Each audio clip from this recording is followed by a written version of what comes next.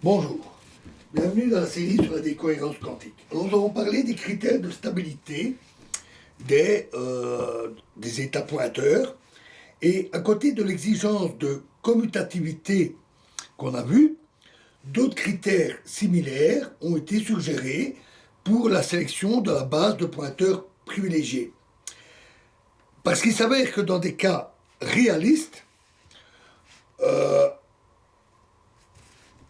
la simple relation de l'équation PNA HAE égale 0 ne peut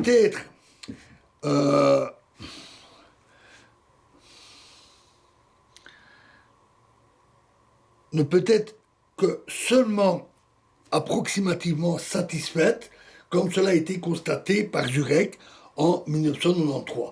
Cela est dû essentiellement au fait que l'hamiltonien HAE, entre l'appareil et l'environnement, est parfois très complexe, ou même partiellement mal connu. Des critères plus généraux, par exemple, basés sur l'entropie de von Neumann, que je n'ai pas écrit, c'est un peu compliqué avec un logarithme, ou sur la pureté, là je peux l'écrire, elle s'écrit comme moins trace de la matrice de densité au carré, qui varie au cours du temps.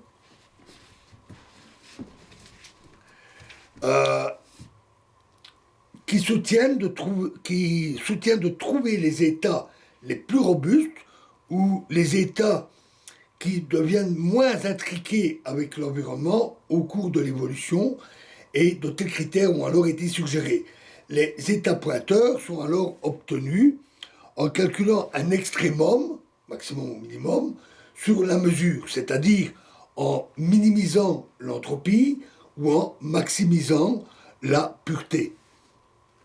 Ce calcul se faisant à partir d'un état initial psi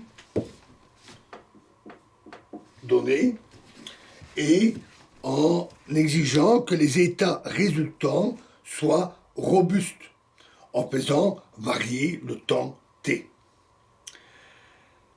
L'application de cette méthode conduit à un classement des états pointeurs possibles par rapport à leur classicalité, c'est-à-dire leur robustesse par rapport à l'interaction avec l'environnement, et permet donc la sélection de la base de pointeurs privilégiés basés sur des états pointeurs les plus classiques possibles. C'est le critère de prédicabilité de Jurek en 1993, dans la mesure où un état robuste peut être prédit parce qu'il reste stable, même dans l'environnement. Un état qui varierait n'importe comment ne serait pas prédictible.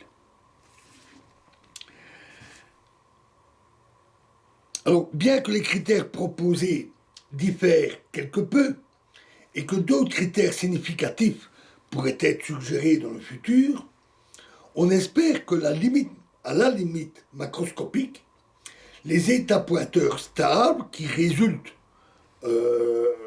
selon ces différents critères s'avèrent être identiques ou très similaires, comme cela fut suggéré par Jurek en 2003.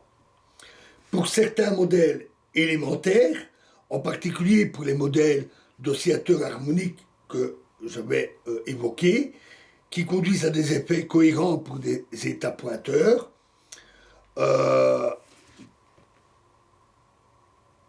cela a déjà été vérifié explicitement, notamment par Gauss par Dios et Kiefer en 2000 et par Gauss en 2003.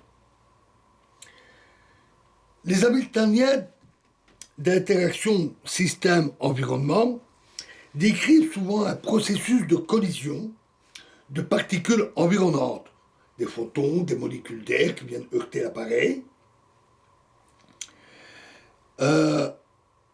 Donc des collisions avec le système étudié. Alors puisque les lois des forces décrivant de tels processus dépendent typiquement d'une certaine puissance de la distance, telle que la loi en 1 1 sur r carré, r la distance, pour la loi de la gravitation de Newton ou l'interaction électrostatique de Coulomb. L'hamiltonien d'interaction va commuter habituellement avec la basse position, parce que l'hamiltonien dépend de R, et que R commute avec R fois R, on inverse, c'est égal à R fois R.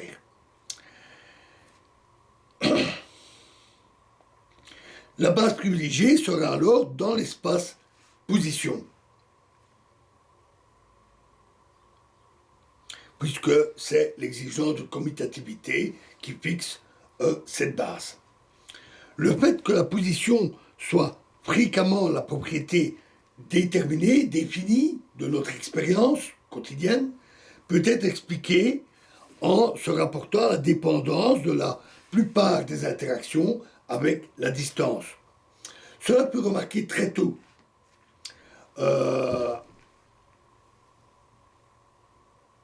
Déjà, Zurek l'avait noté en 1981. Cela est valable en particulier pour les systèmes mésoscopiques et macroscopiques, comme cela fut démontré par exemple par une étude pionnière de Jos et Nze en 1985, où les photons environnants et les molécules d'air sont montrés mesurer par leur collision de manière continue la structure spatiale des particules de poussière, conduisant à une rapide décohérence en une mixture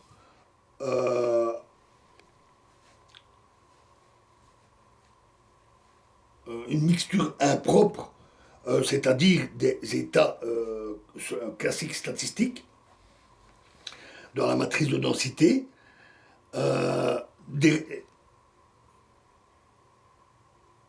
sous forme de petits paquets d'ondes pour les poussières qui sont fortement concentrés dans l'espace position.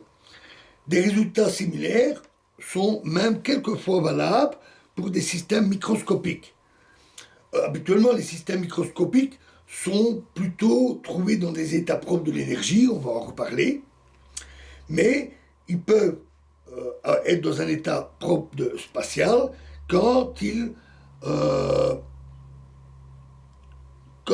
présentent des structures spatiales distinctes qui sont fortement couplées au médium environnant. Par exemple, les molécules chirales, c'est-à-dire ayant deux conformations spatiales comme main gauche, main droite, qui ne peuvent pas se superposer.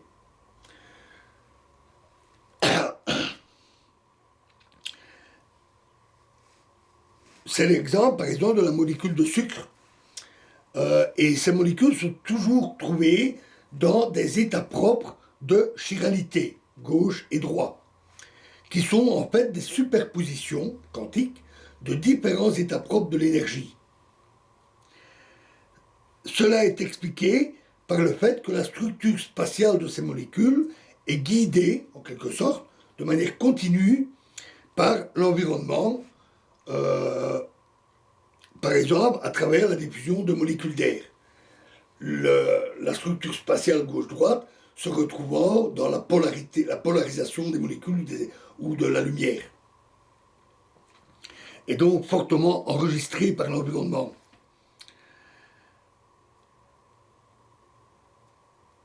Et cela conduit à un couplage beaucoup plus fort que celui qui serait typiquement obtenu par un certain dispositif de mesure qui serait destiné à mesurer la parité, par exemple, ou l'énergie.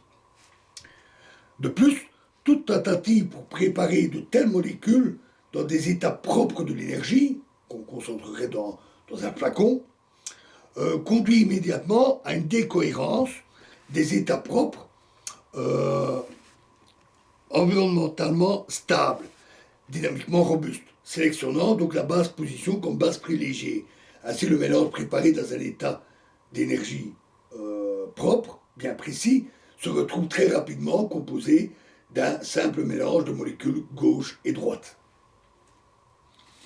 Voilà, nous verrons la suite dans la prochaine vidéo. Je vous remercie.